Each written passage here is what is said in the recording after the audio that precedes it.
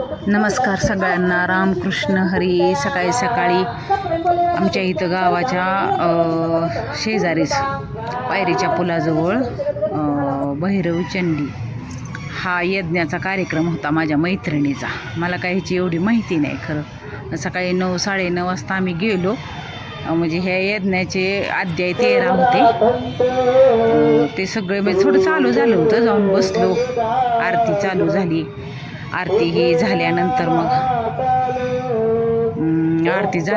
मग यज्ञाला म्हणजे आहुती द्यायला, स्वाहा म्हणायला, हे असं सगळं म्हणजे त्यांचं पारंपरिक काय असेल ती विधी होऊन यज्ञाला चालू झाल्यानंतर एकमुखी दत्त आहे तिथं. म्हणजे एकमुखी दत्तांची मूर्ती बसवली. आत्ताच नवीनच झालेलं आहे मंदिर. इतकी सुंदर दत्त महाराजांची मूर्ती आहे. म्हणजे खूपच प्रसन्न वाटतं देवाकडं बघितल्यावर. कुठल्याही देवाकडं बघा तुम्ही, किती प्रसन्न वाटतं. देवाच्या चेहऱ्याकडं बघितल्यानंतर मन आनंदी प्रसन्न होतं. असं यज्ञाचा इतका छान कार्यक्रम. खूप माणसं आली होती. पालखी सजवली होती. इतकी माणसं आली होती ना. ऊन होतं तरी सगळ्यांना म्हणजे असं मांडव घातला होता. आणि हे तिकडच्या बाजूला सगळे पांढरे टोपे घातलेले, तिकडं होम चालू होता. होम हवन. दत्त महाराजांच्या दर्शनाला पण खूप माणसं येत होती. पण एवढं म्हणजे होमाचं काय एवढं म्हणजे माहीत नाही. पण मैत्रिणीनं मग बोलवलं होतं म्हणून गेले सगळे. त्यांचं होमाचं सगळं बसून कार्यक्रम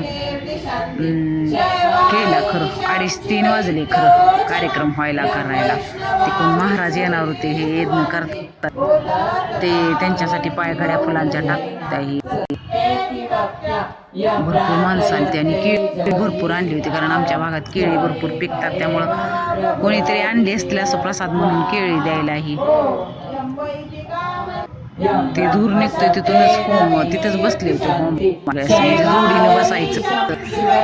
कोणी एकटं बसलं होतं. ती काय आरती आणि मग ते मंत्र म्हणाले की आपण नुसतं द्रोणात धान्य दिले होते, तांदूळ असं ती म्हणायचं. खूप लांबून आली ती, सोडून आली ती मुलगी, मी, भाभी, विद्या, आम्ही 3 जणी आणि भाभींचे नंदा भाभी, अशा आम्ही 4-5 जणी गेलो होतो. मग मला रानात जायचं होतं. मुलगा आला होता न्यायला मला रानात. काय मग मी गेले. येतात मग आंबे लागलेत. आता मोहर किती आला पण बघा, किती झोळून आणि लागलेत तरी बरेच आहेत म्हणायचे.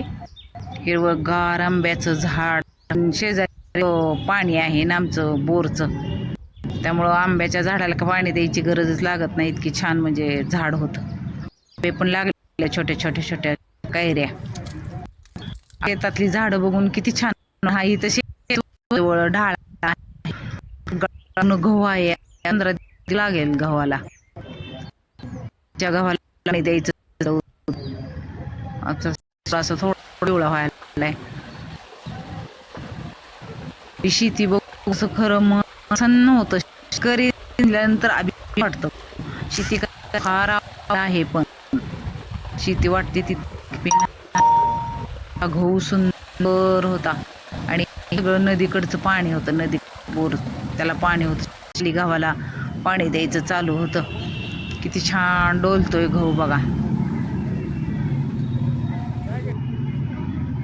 सगळं नदीपर्यंत म्हणजे गहूच आहे आमचा सगळा. आणि ही दिसायला, कारण ऊस ही सगळं गेलेत ना, त्याच्यामुळं नदी पण दिसायला लागली इथून. आता खाली जायला लागतो. ऊस केळी असल्यामुळे नदी दिसत नाही. नीरा भीमाचा संगम आहे. मग वरती बसलो होतो शेवग्याच्या झाडात, तिथूनच सगळं दिसत होतं. थोडा इकडं गहू वाळलाय, थोडा ओला वाळला. कोणी चालू आहे 15 दिवसात पाणी बघा नदीच. हिरवार शेती, कारण नदीकडची रानं ना हिरवीगारच असते. खूप छान वाटत होतं शेतात गेल्यावर. पक्षी बसला होता ह्या चिव चिव चिव चिव करत होता शेवग्याच्या झाडावर. तुम्हाला दिसेल बघा.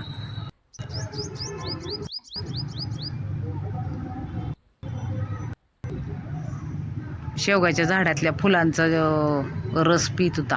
छोटाच होता, हमिंगबर्ड सारखा पक्षी.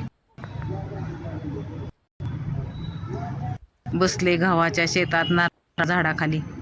इतकं छान होतं ना खरंच. आणि ढाळ आहे तो तोडून आणला, हिरवागार, इतका सुंदर, खूप मस्त. आता ह्याचं भाजी करायची संध्याकाळी आल्यानंतर. मग ही वस्तीवर हे आहे बोरचं पाणी. खोल्या बांधायचे, 2 छान करायचेत खरं. कोबा आहे, 2 खोले आहेत. आणि त्यांना मग वडापावचं आमचं ठरलेलंच आहे ठिकाणी. वडापाव खायचा होता.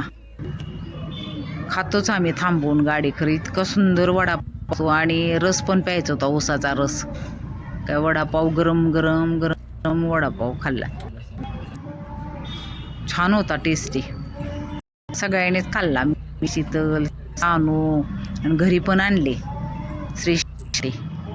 गरम वडापाव खाल्ल्यानंतर घरी आले आणि सोलावं म्हटलं संध्याकाळच्या भाजीसाठी. बसले डाळा सोलायला. घाटे बी भरपूर लागली होती हरभऱ्याला. छान लागते, टेस्टी ओल्या हरभऱ्याची भाजी. रात्री काय तर मला दाखवणंच झालं नाही, दाखवते अजून थोडून ठेवते. ह्याचा भात छान लागतो. हिची म्हणजे लोखंडाच्या कढईमध्ये भाजी पण खूप छान लागते. डाळा सोलत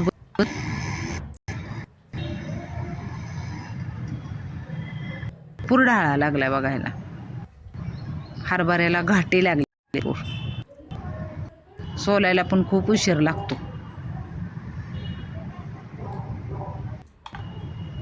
थोडी ह्यांनी खाल्ले पण, ह्यांना पण होतं खाऊ का म्हणून सोललेला आहे माणसं. मग खाऊ वाट.